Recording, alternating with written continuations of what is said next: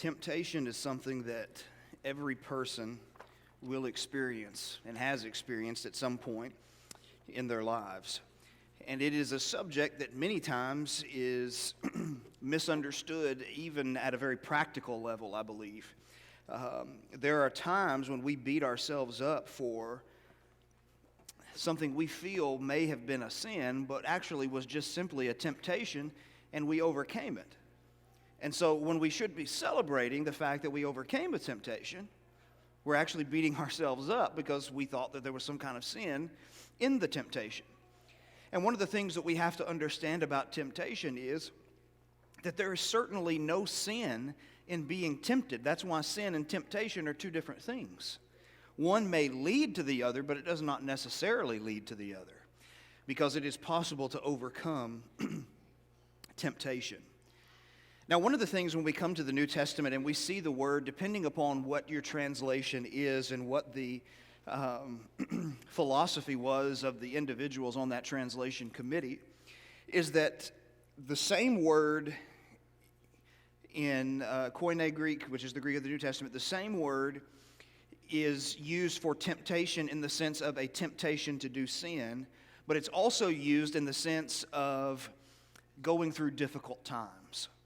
And so, for an example, I believe the King James would show no distinction between the terms. It would always use tempt.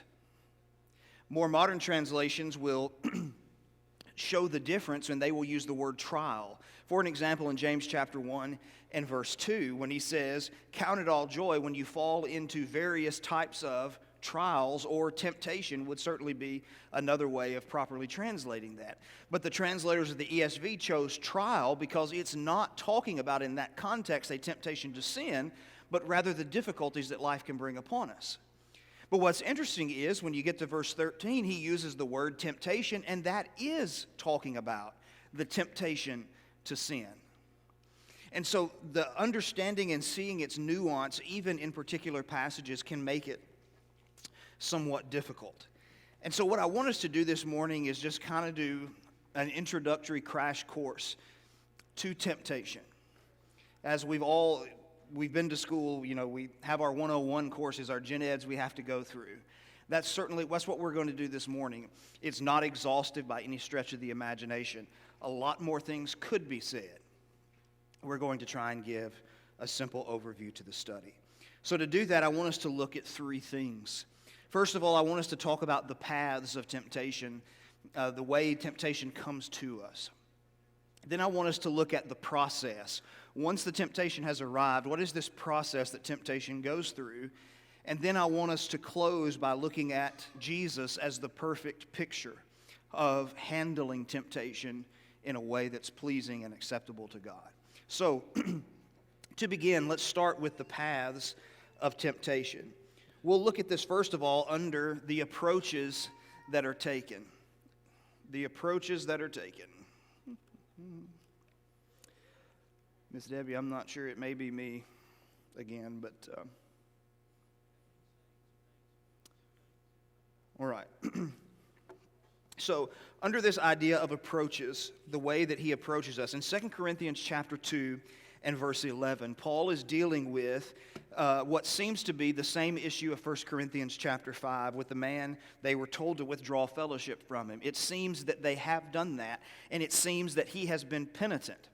Now, in 2 Corinthians chapter 2, he's telling the Corinthian church that they need to forgive him and not over-punish him. It seems like they're having a problem letting go of the fact of what he's done. And so he says, you ought to confirm your love for him, lest Satan take advantage of us, and we are not ignorant of his devices. The devices of Satan. The idea behind the word devices is the idea of thoughts. Satan can come to us in the form of thoughts. Okay? Have you ever been sitting there and you just have this random thought fly across your head, and you're like, where in the world did that come from? Maybe I'm the only crazy one in here. I mean, I wouldn't argue with you. But it happens. Just because I have a thought doesn't mean that the thought is real. It doesn't mean that that's who I am. It's a random thought that flew across my mind. And so Satan will sometimes come to us through our thoughts. But he'll also come to us in forms of trickery. In Ephesians chapter 6 and verse 11, talking about the whole armor of God, he says, "Put on the whole armor of God that you may be able to withstand or to stand against the wiles of the devil," as old translations would say. The word is method. Tricks is the idea behind it, the trickery of the devil.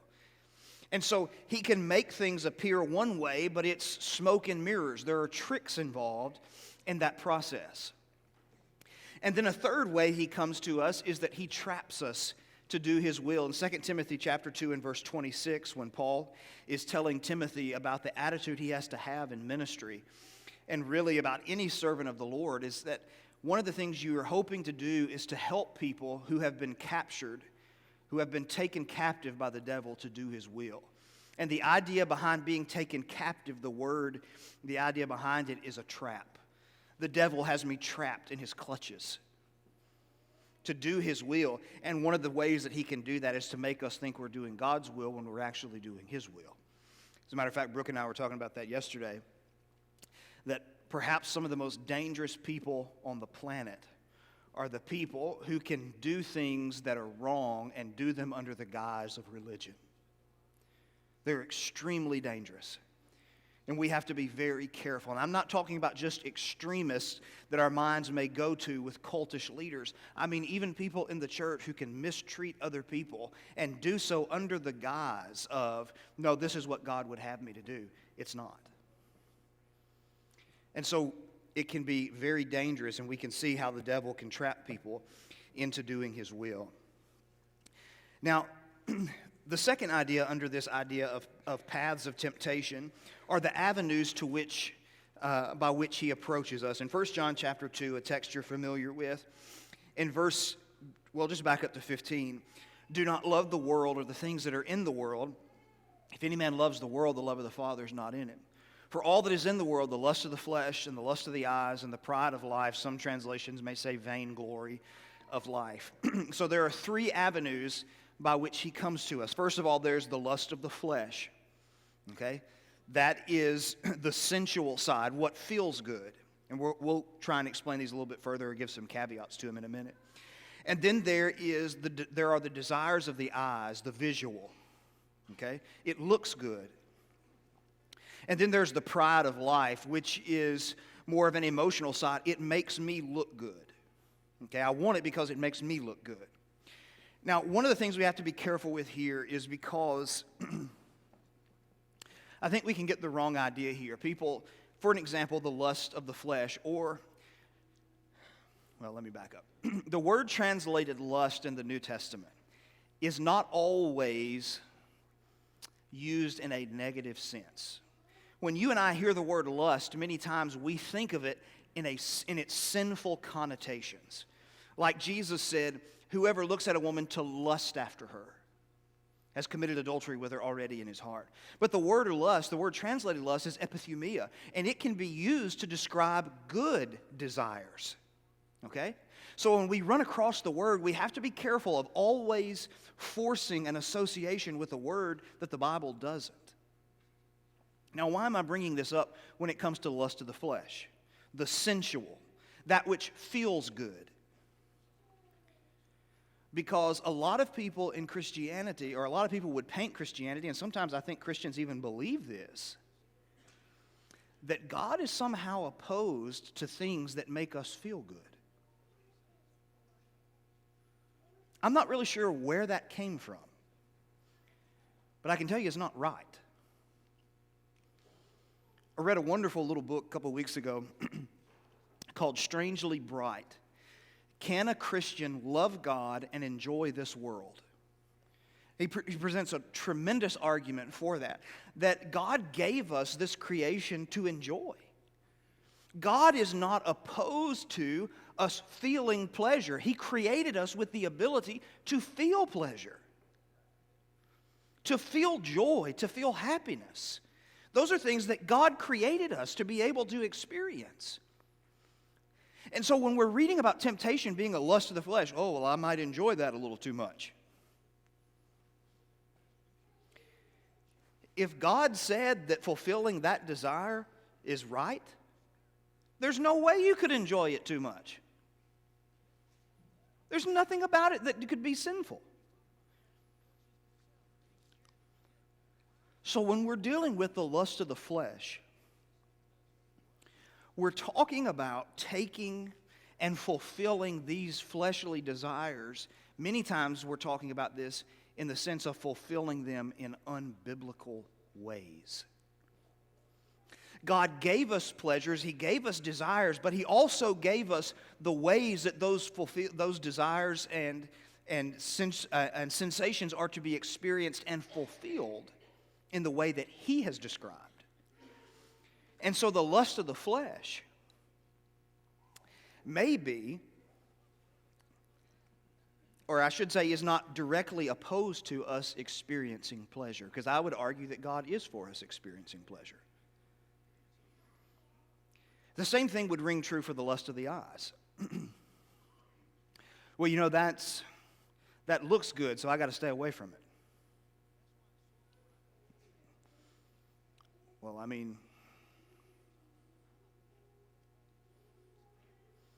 don't think we really practice that. Do we? I would like to make my home as dark and dreary as a place because I wouldn't want it to ever be visually appealing in any way. Come on. God is not opposed to things looking good. He created a world of wonder and beauty. But to fill my eyes with things that ought not be there, to be tempted to turn and to view things that ought not to be, that are not created for my pleasure, that's a different ballgame. And then the pride of life. Is there something wrong with taking pride in how we do things?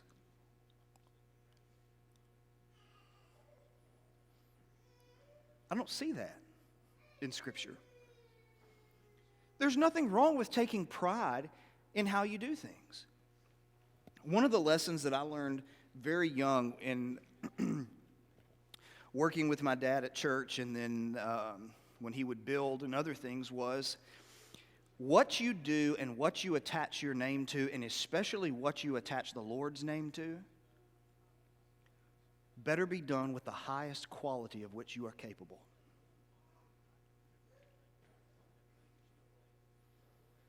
If you're going to put the Lord's name on something, you make sure it's something you wouldn't be embarrassed to put your name on it. Taking pride in those things, that's right.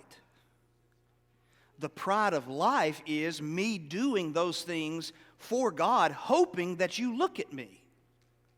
Hoping that you see the product and you just pay attention to me as the creator of that product.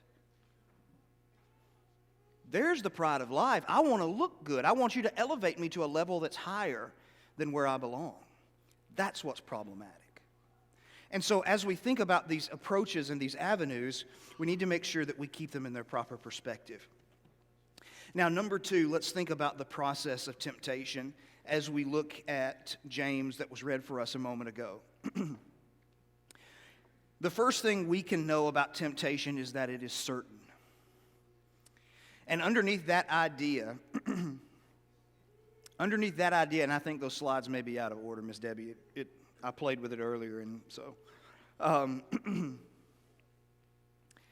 temptation is certain. And one of the things we need to realize under that idea is that temptation is real. This is not some mythological thing that we have created to try and make sense of the world.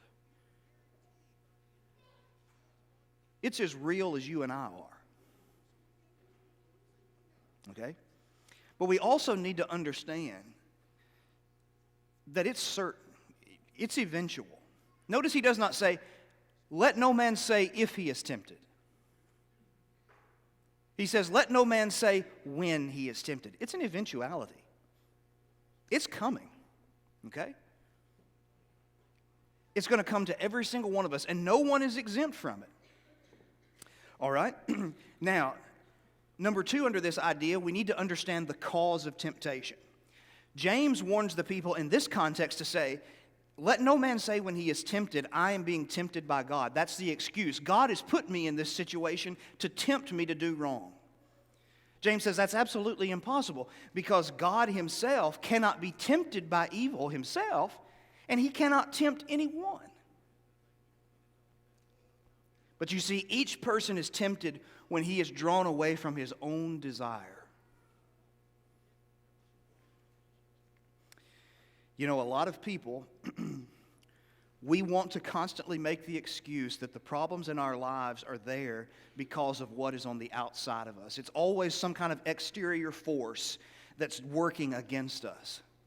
One of the things the Bible fights against is that very idea, that what is causing us our greatest problems is not what is outside of us working toward us. It's what is inside of us manifesting itself out of us. Now, the third thing we need to understand is that it changes. Every man is tempted when he is drawn away by his own desires. So what does that mean? Well, it means there are going to be some things that would tempt me. Somebody could parade it, and the devil could parade it in front of you all day long, and you'd never bat an eye at it. And there are things that tempt you, that the devil could parade it in front of me, I wouldn't bat an eye at it. It doesn't appeal to me. So temptation is tailored to the individual and their desires. And that's something we need to keep in mind when we're dealing with people in sin. Sometimes we look at other people and we say, how could they be tempted by that?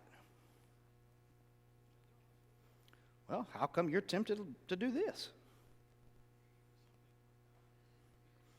And so one of the things it does is it should do is keep us from getting this big head that says, that would never cross my mind.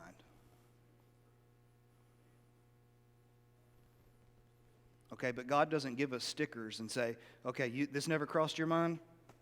Good for you.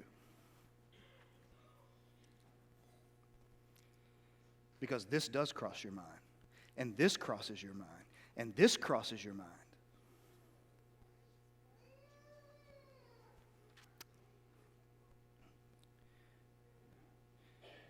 Next, we need to understand the capacity to which this reaches. Every single man, and man there is anthropos, the idea of male and female, humanity. So every man is tempted. Now there's this cycle of temptation. This is the process it goes through. In the ESV, it reads, when he is lured and enticed by his own desire. Lured and enticed. So this is an interesting wordplay that's taking place here. It's actually a fishing metaphor that he's using. Okay? I'm not very good at fishing. I don't mind going. I enjoy floating down the river and catching whatever bites, whatever. But if you're really serious about it, if you're going to try and catch a certain type of fish, you're going to use a certain type of bait. Why? Because it appeals to different fish. So what are we trying to do when we go and we drop that fishing, what's that thing called? A fishing lure? Every man is tempted when he is lured and enticed. So when you drop that lure in front of him, especially when fish are hiding in a certain portion of the lake or they're residing in a certain portion of the lake, depending upon the temperature of the day or whatever the weather may be, we'll cast in that direction and we'll try and drop it in front of them to try and lure them toward it. Draw them away from the safety of where they are to focus in on this one shiny thing in front of them that they really want. And that fish sees that and he thinks, I want that. and then he bites.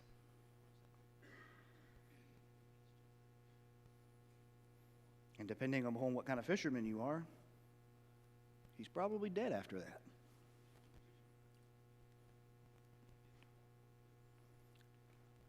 You see, Satan drops whatever it is that appeals to us. He drops it in front of our eyes.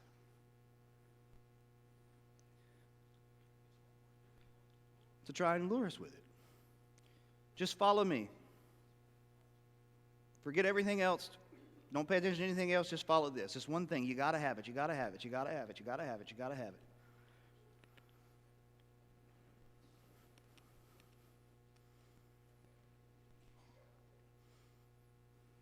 And then they bite. And then they die. What they thought was going to bring them fulfillment actually is the one thing that leads to their undoing. Let me give you a very real and difficult example of it. One of the things when you go through marriage counseling and some of those issues that you have to face, especially infidelity. So they see, let's say this particular two people meet at work, and they have this idealistic view of themselves, and they're always the best version of themselves because, they're at work. How hard is it to be the best version of yourself when you don't have 18,000 things pulling you in different directions and kids to worry about and all this other stuff? So that person, they look appealing because when I see them, they're always in a good mood, and they're always, they're always dressed nicely, and so in the individual's mind, when they see each other, they're just perfect. If my spouse could just be like this person, my husband could be like him, my wife could be like her, everything would just be perfect. And eventually the infatuation with them grows, and they think, oh, I've got to have that. If I don't have that person, then nothing is going to matter in my life.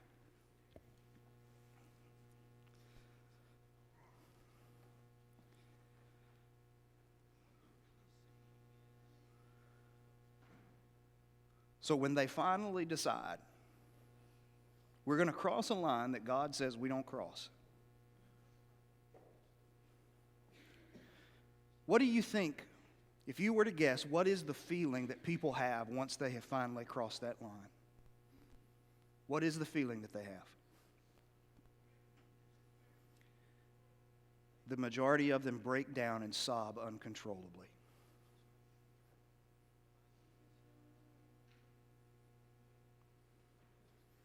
Because they thought that the one thing they had to have was going to change and make everything magically better, and they realized they're no different after they've done it than they were before.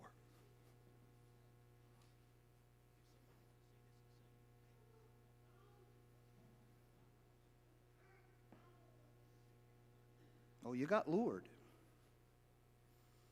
And it was the thrill of the chase. But when you thought that you had caught what you were fishing for, you didn't realize that you were the one who were caught.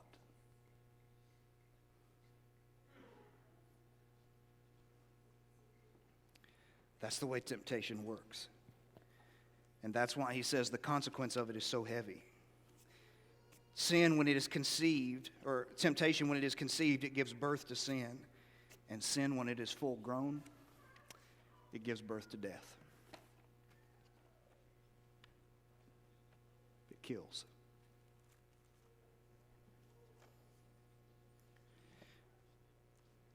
So Luke chapter 4, very quickly.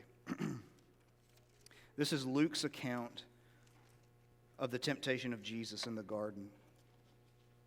Or in the wilderness, I should say, not the garden. You remember in Luke's account, it's ordered a little bit differently. He's been baptized. He's been taken into the wilderness. He's fasted 40 days. He asked Jesus to command stones to become bread. He shows him up, takes him up to the mountain, shows him the kingdoms of the world and all their glory, and says, I'll give them to you if you'll worship me. And then he takes him up to the top of the temple and says, jump down, and all the people will see you, and everything will be great. God will take care of you. He's already promised that. All right? So first of all, under this idea, there is a parallel. Notice that all three approaches are present. He goes after the thoughts of Jesus. If you are the Son of God, command these stones that they become bread. If you were really God's Son, why would you be hungry in the wilderness? See how that thought floats across his head? Command the stones to become bread. If you were really God's Son, why would he have you out here? It's like a news ticker at the bottom of the screen. Why would he have you out here doing that? He tries to trick him. Throw yourself down off the temple. Well, if he throws himself down off the temple, he's going to die. Because the promise of God that he quotes from Psalms is not talking about protecting you from foolishness. Then he tries to trap him. He says, I'll give you all these kingdoms if you worship me, but here's the trap. You'll have all the kingdoms and you'll have all the power and all the authority, except you'll be under my authority.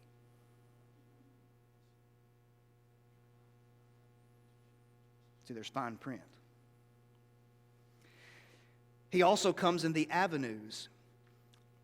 Command the stone to become bread. Do what feels good. You're hungry, eat. He talks about what looks good. I'm going to show you all the kingdoms of the world in a moment. They look good, don't they? All their glory. It makes me look good, the pride of life. Jump off the temple and let God miraculously save you. Then what will people think of you? The same process is there. He tempts Jesus. He tries to lure him away from God in a difficult moment in the wilderness. And he tries to get him to give in to sin, which would ultimately lead not only to his demise, but to ours as well. Because if he's not sinlessly perfect, he can't be a sacrifice. If he can't be a sacrifice, sins can't be forgiven, and that's all of us. Game over. So in looking at Jesus, I want you next to see the period of the temptation. First, he is deserted in a wilderness. He's all by himself. He's all by himself. You know what that temptation can be when you're all by yourself?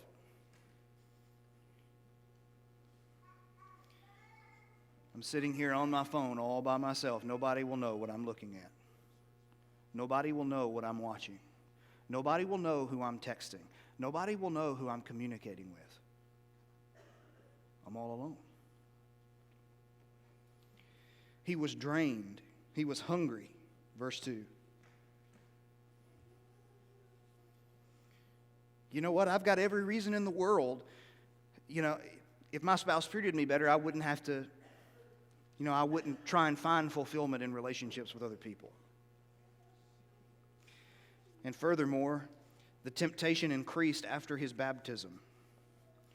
Whenever you choose to serve God, temptation will always increase immediately.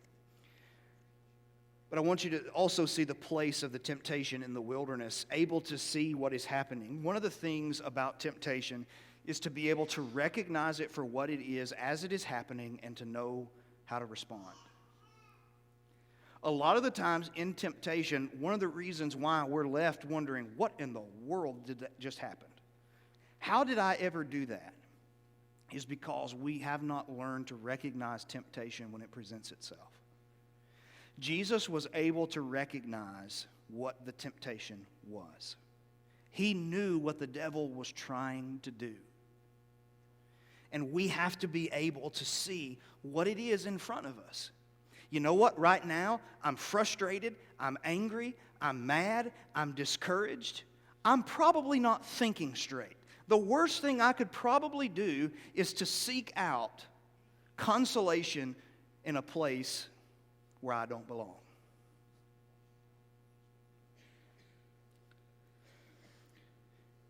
But we also learn that temptation is persistent.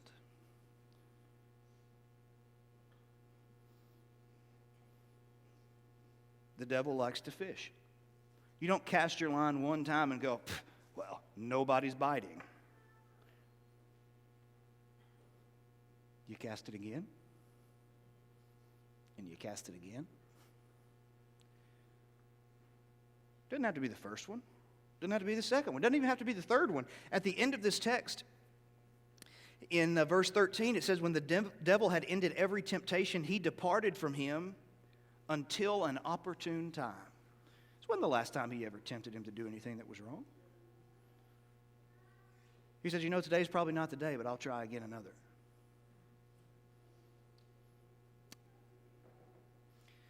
But what we see with Jesus, how do you handle temptation? How do you persevere through temptation? Well, first of all, you have to take them one at a time. You have to take the temptation as it presents itself, one at a time. And you also have to answer your temptations biblically. All 3 times in Matthew's account, here twice in Luke, he says, it is written, or a very similar statement that means the same thing. He says, it is said. He constantly goes back to the Bible to say, this is not right, this is not right, this is not right, this is not right. That's why it's so important that the Bible becomes a part of our inner being. So that when I look at things and I can go, this is not right. I can look at things and go, I'm being lured away by my own sinful desire. I need to shut this down now. Persistence, one at a time, biblically answering it, biblically answering it, biblically answering it, biblically answering it. And if that means even quoting the verse out loud to yourself as you're facing it, that's what you do. Because what he's trying to do is to get you to focus on one thing only. Just focus on this, obsess about this, obsess about this. And until you insert another narrative into your head, this is all you're going to see. But when you insert Scripture into that narrative, you've got a second thing to look at. You've got something else to draw you away. A commitment that you've already made. And so temptation, it happens to us all. But thankfully, we have someone to whom we can turn who knows what it's like to be tempted. That was the writer of Hebrews' point. Seeing then that we have a great high priest, Jesus the Son of God, who has passed through the heavens, let us hold fast to the confession of our faith, because we do not have a high priest who cannot be touched with the feelings of our infirmities, but was in every point tempted as we are, yet without sin. He knows how to face temptation and to shut it down every time. And because of that, let us then come boldly to the throne of grace that we may obtain mercy and find grace to help in a time of need. In the moment of temptation, maybe the best thing we can do is to turn to Jesus and say, God, help me. God, help me. God, help me.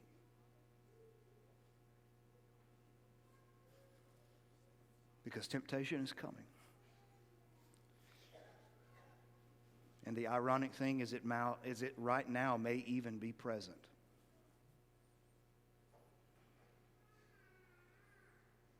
I wish he would stop.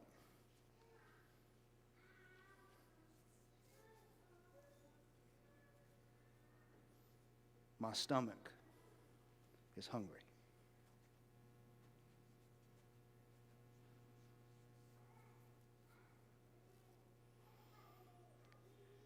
That's the good news of the gospel. Jesus has not only faced them, he's triumphed over them. And he will help us if we will turn to him. This morning, if someone needs to come to him for the first time with a penitent faith, confessing him to be immersed in water for the forgiveness of your sins, or maybe as a New Testament Christian, we've been, in the midst of temptation, we've been wrecked by it. We've all been there. We have an opportunity to pray about that together, or maybe we're struggling with something else. Whatever it is, we simply want to help one another. If we can help you this morning, let us know as we stand and sing this song.